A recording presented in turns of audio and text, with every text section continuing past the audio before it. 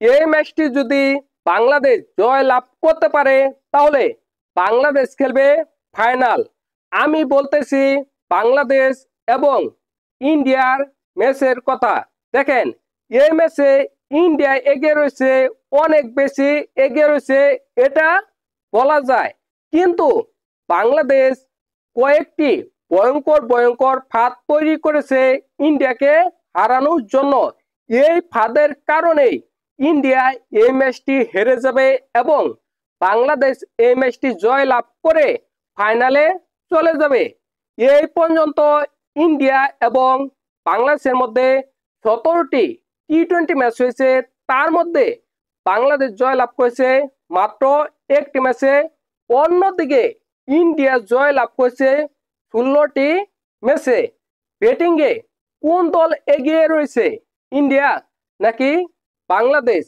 দেখেন, বাংলাদেশের ব্যাটিংয়ে রয়েছে তানজিদ হাসান, তামিম, সাইফ হাসান, লিটন কুমার দাস, তৌহিদ হৃদয়, জাকের আলী অনিক, শামীম হোসেন পাটোয়ারি।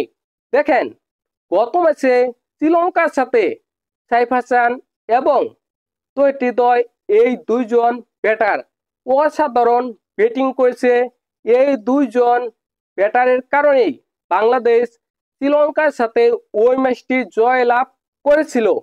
দেখেন, যদি বাংলাদেশ ইন্ডিয়ার সাথে জয় লাভ করতে চায় তাহলে তানজিদ তামিম এবং লিটন কুমার দাস এই দুইজন ব্যাটারের ভালো কিছু করতে হবে।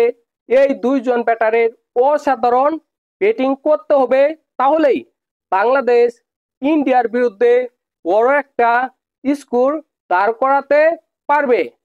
অন্যদিকে ভারতের ব্যাটিংয়ে রয়েছে অভিষেক শর্মা। কতটা ভয়ঙ্কর, কতটা দুর্দান্ত ব্যাটার এটা সকলের জানা।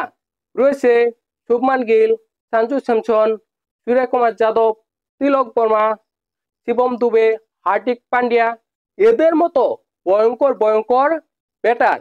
দেখেন, ব্যাটিংয়ে ইন্ডিয়া এগিয়ে রয়েছে, এটা নিঃসন্দেহে বলা যায় অনেক বেশি এগিয়ে রয়েছে।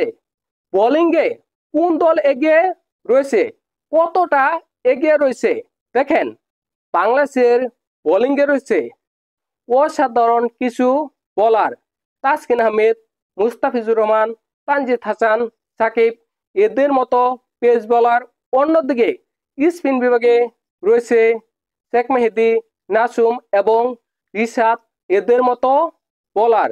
দেখেন, বাংলাদেশ যদি ইন্ডিয়ার সাথে জয় লাভ করতে চায় তাহলে বাংলাদেশের বোলারদের বড় একটি দায়িত্ব নিতে হবে।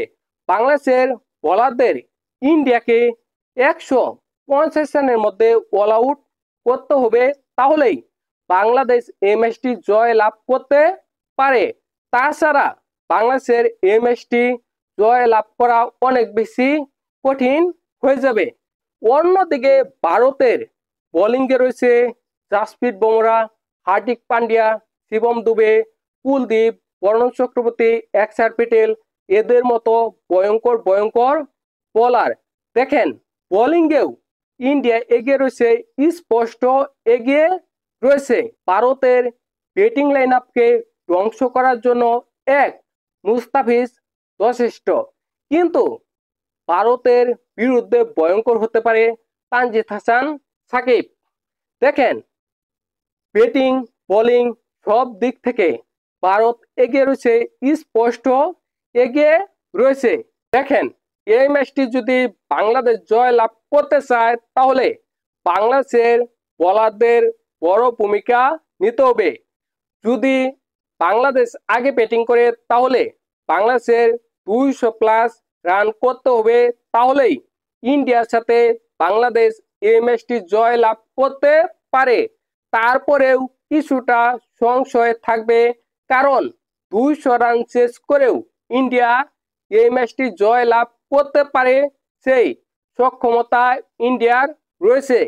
কিন্তু ইন্ডিয়া যদি আগে ব্যাটিং করে সেক্ষেত্রে বাংলাদেশের এই ম্যাচটি জয় লাভ করার প্রবল সম্ভাবনা রয়েছে। দেখেন, ইন্ডিয়া যদি আগে ব্যাটিং করে আর বাংলাদেশের বোলাররা যদি ভয়ঙ্কর দুর্দান্ত অসাধারণ বোলিং করে ইন্ডিয়াকে 150 রানের মধ্যে অল আউট করতে পারে বা আটকিয়ে রাখতে পারে, তাহলে এই ম্যাচটা বাংলাদেশ জয় লাভ করতে পারে এবং বাংলাদেশ ফাইনালে চলে যেতে পারে। সেই সম্ভাবনা রয়েছে, প্রবলভাবেই রয়েছে। আপনাদের কি মনে হয় এই ম্যাচটি কে জয় লাভ করবে, ইন্ডিয়া নাকি বাংলাদেশ? অবশ্যই কমেন্ট করে জানাবেন।